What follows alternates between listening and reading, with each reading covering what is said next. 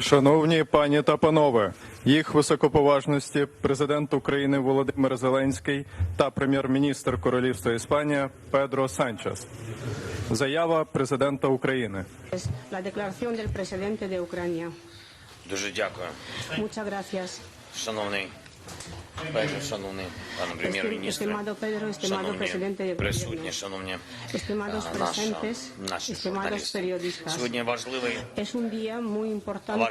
дуже символічний візит в Україну глави уряду Іспанії у перший же день головування Іспанії в Раді Європейського Союзу. І це дуже чітко говорить і про фактичну реальність Європи, коли наш спільний європейський дім вже точно не уявити без нас, без України, і про пріоритети Іспанії у захисті свободи, і про твою Педро, підтримку України, і твоїх людей, і рівності, справедливості для всієї Європи. Я вдячний за цей візит і за підтримку. Ми встигли обговорити кілька питань, ми ще продовжимо. Передусім, це захист від російської геноцидної агресії. Я вдячний Іспанії та вам, пане Санчес, пане прем'єр-міністр, за надану Україні допомогу, зокрема безпеку для захисту життя українців від російського терору. Вдячний за надання прихистку Іспанії для понад 180 тисяч українців одразу після початку повномасштабного вторгнення Росії. Ми це все високо цінуємо, ніколи не забудемо. Дуже дякуємо також за підтримку спільних європейських рішень щодо санкцій та іншого справедливого тиску на Росію, усього того, що допомагає обмежити весь цей потужний терористичний потенціал. Пан прем'єр-міністр Санчес принципово та дуже оперативно засудив підрив Росією дамби та інших споруд Каховської гідроелектростанції. Цей теракт призвів до знищення одного з найбільших водосховищ в Європі і найбільшого за десятиліття екоциду на континенті. На жаль, є ще страшніша загроза – це підготовка російськими терористами потенційного сценарію радіаційної катастрофи на найбільшій в Європі Запорізькій атомної станції, яку Росія окупувала та повністю контролює вже більше року. І увага світу, кожної країни, кожного лідера та конкретний відчутний тиск на Росію – все це комплекс дуже потрібних речей, щоб не допустити радіаційних інцидентів на Запорізькій атомній електростанції. Зокрема, вже зараз потрібен початок роботи над 12-м пакетом санкцій Євросоюзу. Ми з Педро сьогодні почали говорити про ці санкції, і Україна не розуміє дійсно, чому досі не запроваджені санкції проти компанії «Росатом». Керівників, представники цієї компанії продовжують окуповувати Запорізьку АЕС і піддають ризику нашу загальну безпеку. Я вдячний Іспанії за рішення відмовити у видачі віз російським та білоруським спортсменам на чемпіонат Європи зі спортивної боротьби, який зараз проходить в Іспанії.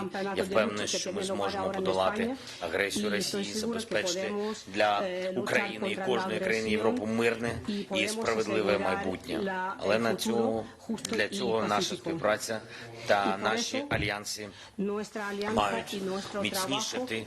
Російська диктатура та всі сили у світі, які хочуть знищити свободу, повинні бачити, що ми не втрачаємо часу та збільшуємо наші можливості спільні. Я вдячний Іспанії за підтримку України на шляху до вступу в Євросоюз. І ми обговорили наближення старту переговорів про членство України в Європейському Союзі. Україна вдячна за проміжну усну оцінку нашого прогресу та очікує на звіт Європейської комісії в жовтні вже цього року, а до кінця року, в грудні, рішення Європейської ради про початок переговорів.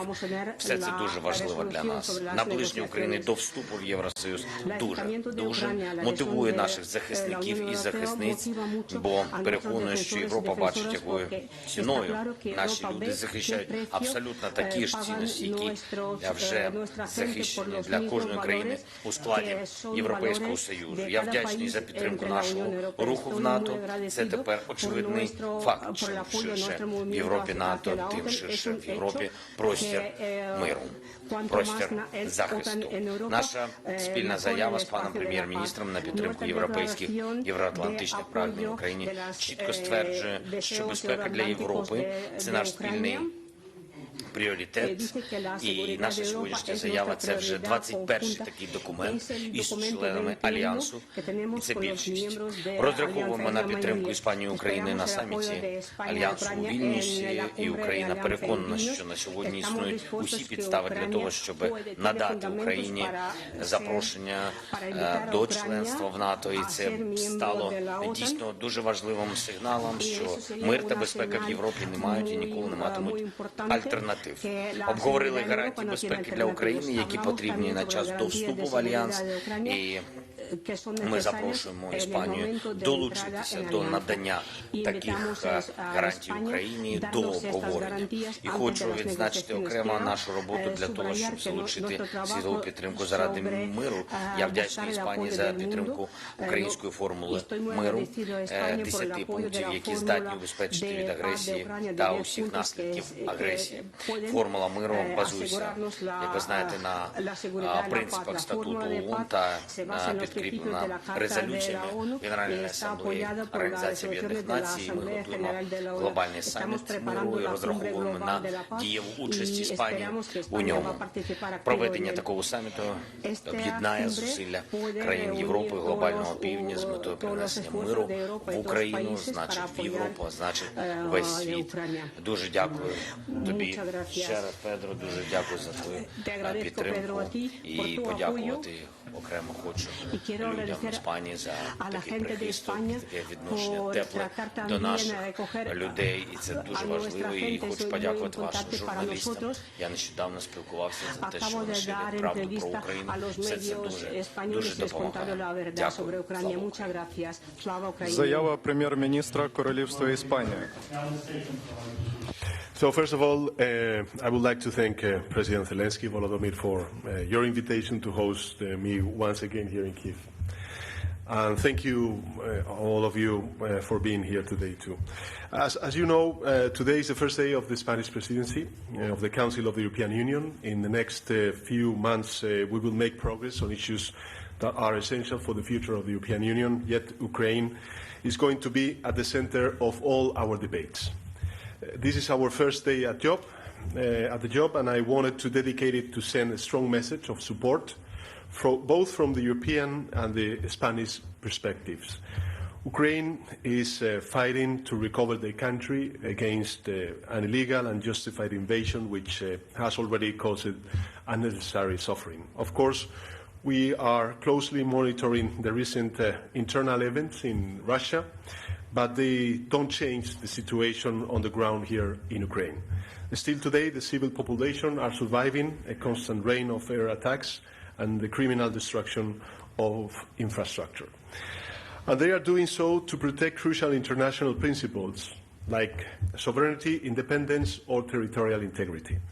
What happens in Ukraine, my friend Volodímir, will shape the European debate in the future. That is why I am here today. President Zelenski and I had another very fruitful meeting. This is my third time here in Kiev. I continue to commend him and the Ukrainian people for their heroic struggle against the aggressor. We have discussed a wide variety of issues. This morning I addressed the Ukrainian parliament, the Rada, because it is very important that our message is also conveyed to the brave people of Ukraine through its parliamentary representatives. First, if you allow me, I would like to explain the status of our intense bilateral cooperation. President Zelensky and myself have adopted a comprehensive joint declaration that contains our shared positions in many fields. On the military side, on top of an already long and intense cooperation, Spain will soon deliver new heavy materials to help in the war effort, including 4 Leopard tanks and armored personnel carriers. We are also about to deliver a portable field hospital with surgical capacity. This element should enhance Ukraine's capacity to heal wounded soldiers and civilians near the front line. On the field of healthcare, in the last few months we have flown into Spain and provided different kinds of care to more than 650 Ukrainian nationals. Many of them were wounded in battle or suffered from serious conditions. And I'm also glad to inform that following our bilateral conversations in my last trip to Kyiv, Ukrainian therapists have already been receiving advanced training in the city of Zaragoza in modern techniques and the use of prostheses. More specialists will continue to come to Spain to receive this training every three weeks, and this allows them to provide better treatment and rehab. On the humanitarian and economic side, we have also reacted quickly to the latest developments. As you all know, last week we committed 24 metric tons of humanitarian aid to cope with the disastrous consequences of the criminal destruction of the Kavuka Dam. We will also contribute with another 7 million euros to build shelters in Ukrainian schools by portable incubators and provide supports to victims of sexual violence. Today, President Zelensky, I am glad to announce that Spain will offer another 55 million euros to help in the reconstruction of Ukraine. 51 million euros will be managed through the World Bank and will aim to helping small and medium enterprises. The other 4 million euros will be managed through the United Nations Development Programme and will be used to install autonomous system of renewable energy in Ukrainian schools, and this will provide those schools with more resilience and will make them more sustainable. Finally, we continue to host in Spain more than 180,000 Ukrainian displaced people. They have been all provided with full and free access to our health and education systems, as well as all the facilities like free railway transportation within Spain. While we hope that Ukraine will be enjoying a just peace that will allow them to return safely, we remain committed to take care of them for as long as necessary.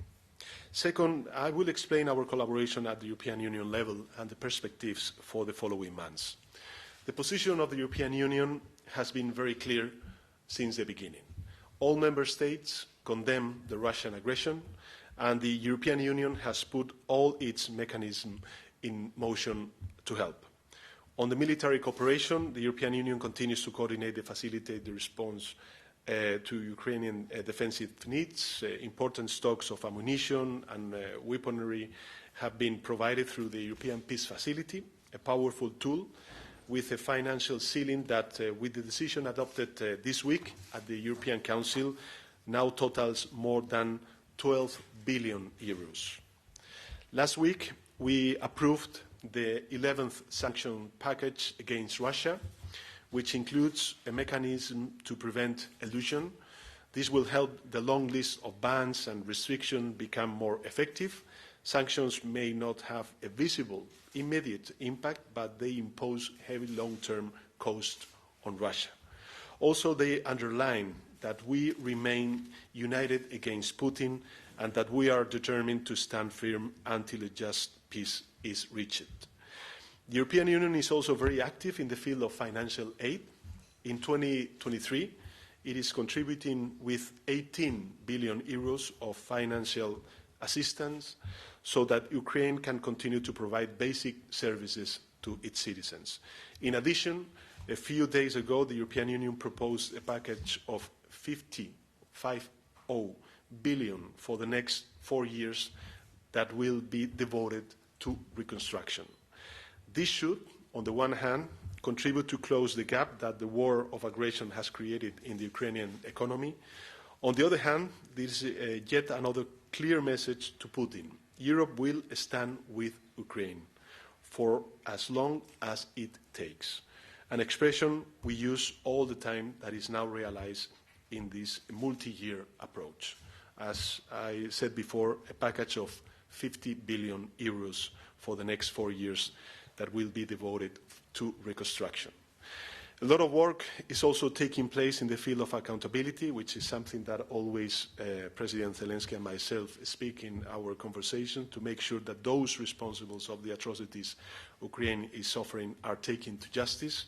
Also, we are studying ways to address the question of Russian frozen funds in Europe, which is a challenging endeavor in legal terms. And finally, the European Commission has recently issued an interim assessment on the status of Ukraine's candidacy to join the European Union. The report is positive and shows significant progress. I would like to take the opportunity to congratulate you, President Zelensky, Volodímir, and of course the Rada and your government, to congratulate Ukraine for the positive trend and to encourage it to continue its path of reforms. We will be awaiting the written report that the European Commission will introduce in the fall. It will be the basis for further steps and decisions. Last, I would like to say a few words on the global perspective. The extraordinary level of international support to the relevant resolutions of the United Nations General Assembly speaks for itself. A vast international majority condemn the Putin aggression and the phony annexations. Yet, I do believe it is important to continue our efforts to reach out to other regions and countries. And we must listen to other countries' concerns and fears, especially about the consequences of the war on issues like food and energy security. Let me conclude by wishing success to Ukraine in its counter-offensive. We hope it will lead you to a just and lasting peace. Europe and Spain remain by your side. Thank you. Шановні колеги, журналісти, ваші запитання, будь ласка, перше від Національного радіо Іспанії.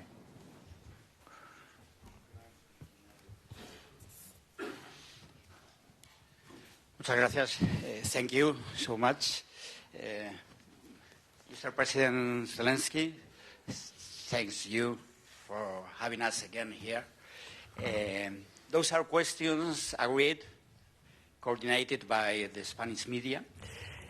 You said that Ukraine needs to improve the Air Force. Probably you are talking about or thinking about F-16 fighters. Are already coming when, by fall, there is a compromise by Europe and United States about the F-16s. And you say also that you want an invitation to, I don't know, a kind of compromise by NATO summit in Vilnius in 10 days about the possibility, the invitation of Ukraine to be a member of the alliance once the war is over.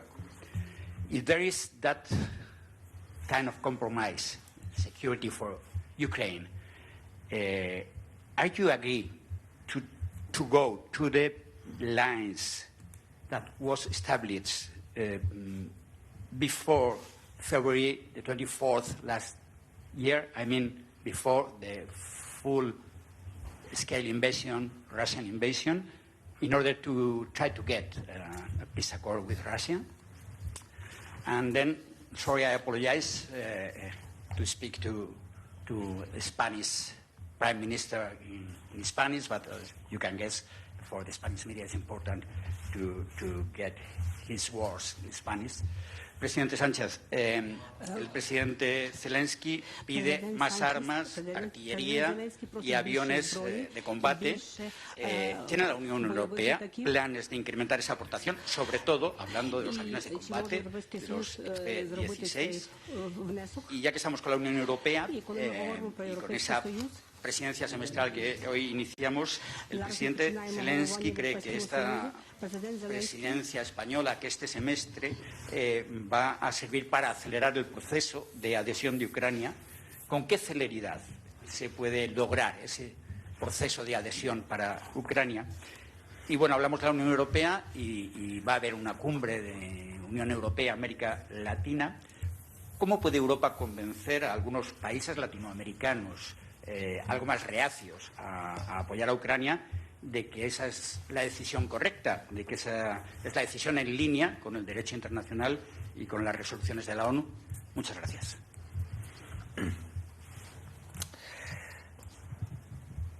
Дуже дякую вам за запитання. Muchas gracias por la pregunta. Перш за все, щодо чи є розуміння планів, дати графіків з F-16. Entendemos planes y У gráficos. мене такі самі питання, які тільки що ви поставили. Такі самі питання до наших шановних партнерів. Чи є у них розуміння, коли Україна може отримати F-16?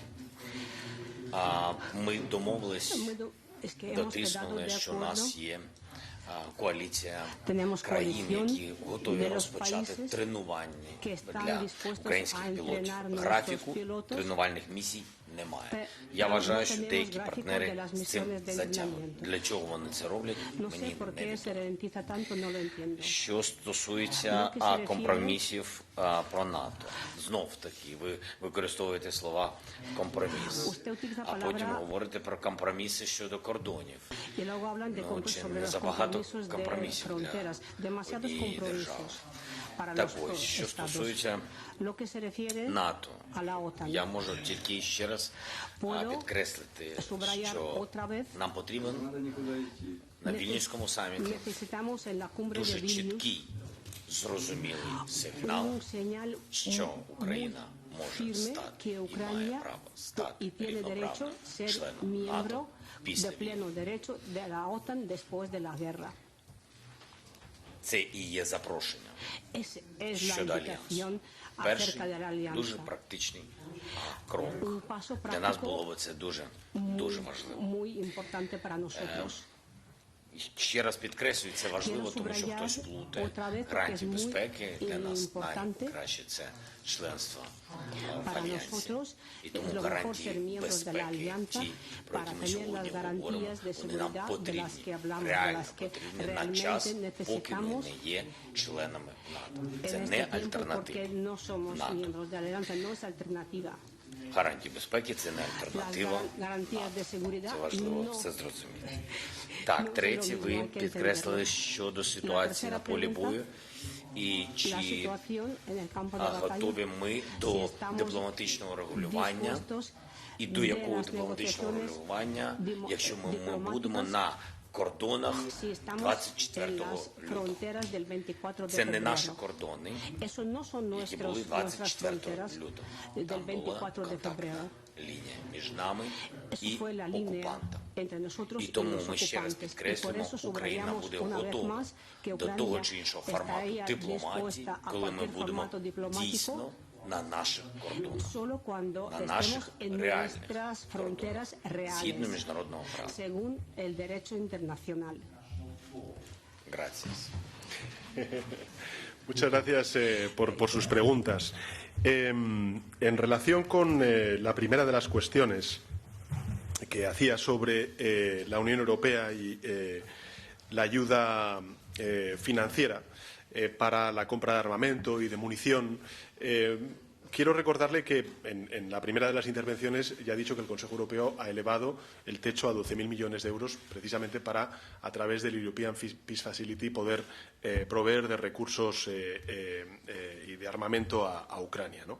Y creo que además también es muy relevante el anuncio que hemos hecho antes de que sean 50.000 millones de euros para los próximos 4 años los que se van a destinar a través de la Unión Europea, que están ahora mismo fijados en la revisión del marco financiero plurianual durante los 4 años a Ucrania, porque esto, si demuestra algo, es el compromiso europeo en el corto y en el medio plazo con Ucrania, ¿no? Y en ese sentido, hablando de la perspectiva de la Unión Europea de acceso de Ucrania a la Unión Europea, yo creo que el primer día de la presidencia, en el semestre en el que se va a dar a conocer el informe sobre la evaluación de los progresos que está haciendo Ucrania a lo largo de este otoño, pues esté hoy aquí, demuestra, yo creo que un compromiso político claro, inequívoco por parte de las instituciones comunitarias al respecto. Cuestión distinta es que, efectivamente, pues como presidente rotatorio del Consejo de la Unión Europea tengo que guardar una cierta neutralidad, es una neutralidad obligada,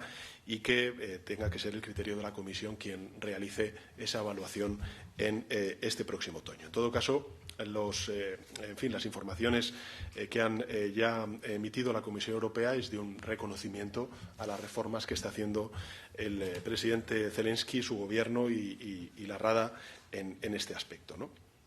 Y sobre la segunda de las cuestiones, que lo hemos hablado además mucho el presidente Zelenski y yo mismo, creo que es muy relevante la acción y el liderazgo diplomático que está desarrollando y desplegando el presidente Zelenski, que además tenga la ocasión de poder hablar personalmente con muchos de estos líderes del llamado sur global. Y en el caso de la América Latina y el Caribe, igual.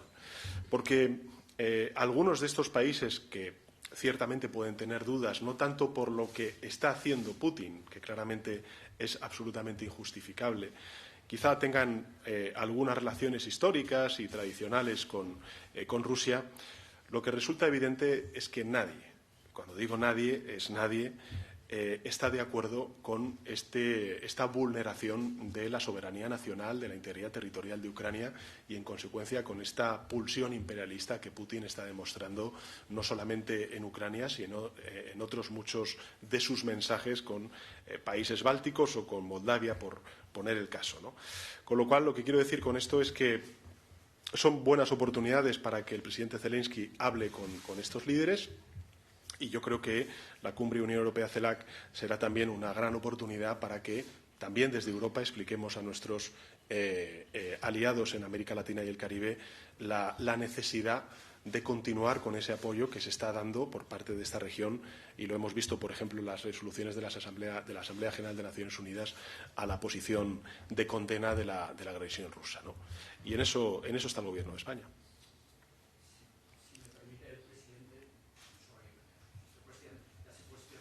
Very concrete about F-16 fighters, sobre los aviones de combate, que es probablemente en estos momentos la petición más importante que está haciendo Ucrania. Bueno, en ese tema hemos hablado ya y se ha posicionado la ministra de Defensa en reiteradas ocasiones cuando ha sido preguntada. Дякую. Тоді наступне запитання від телеканалу «Ми Україна». І це буде останнє запитання, на жаль. Цей терористичний акт підірвати або ж інакше вплинути на ситуацію на ЗАЕС, приміром, витік ядерних речовин. І чи є ще рычаги впливу, щоб зупинити росіян, зупинити цей наказ як з нашого боку, так і з боку наших партнерів? І питання до пана прем'єра. Ви, як країна НАТО, як будете розцінювати оцей теракт, якщо Росія його зробить? Оскільки радіація, вона не має кордонів, вона спокійно може досягти і країн-членів НАТО, приміром, Румунії або ж Туреччини, зважаючи на те, яка буде роза вітрів.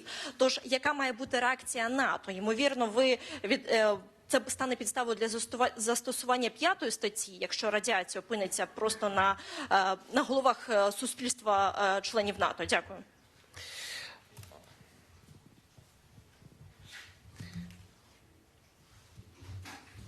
Дякую.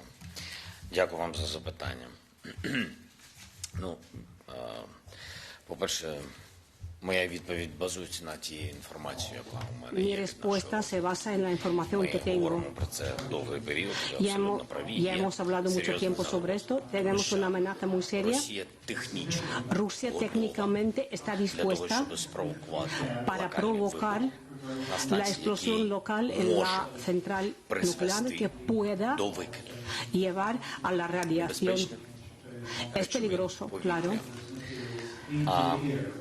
Ми про це дуже чітко комунікуємо. Estamos comunicando, А ми все це обговорюємо з estamos партнерами. hablando Для con того, щоб nuestros всі socios розуміли, для чого це para que Росія todos робить, entiendan тому що para qué треба quiere Rusia знайти hacer логіку. esto.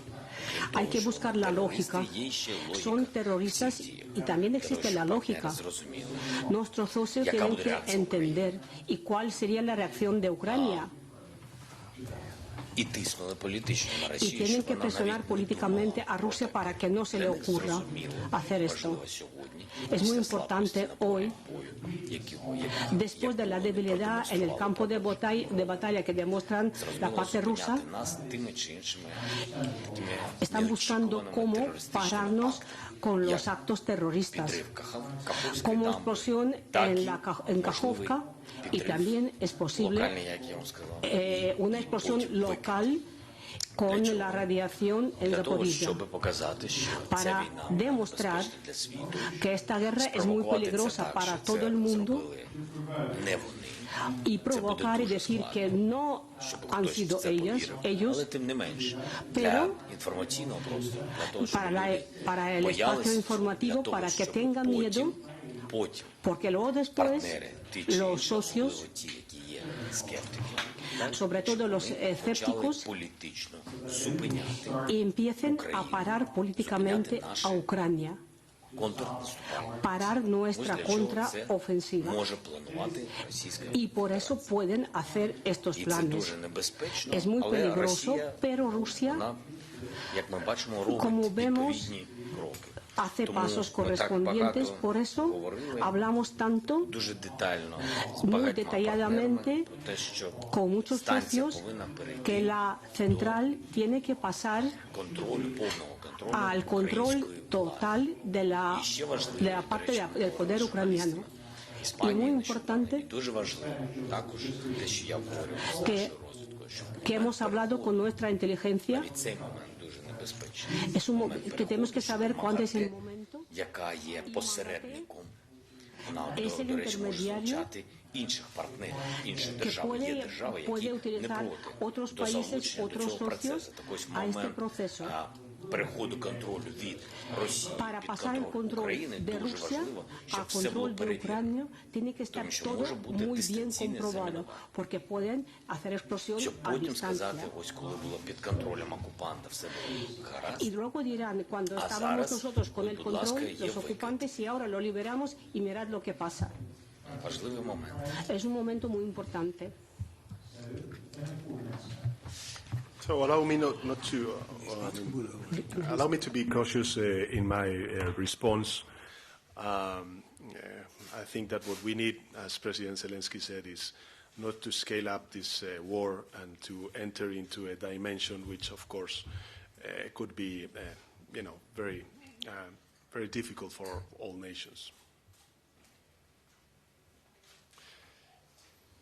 Thank you very much. Наша прес-конференція добігла кінця. Дякую всім.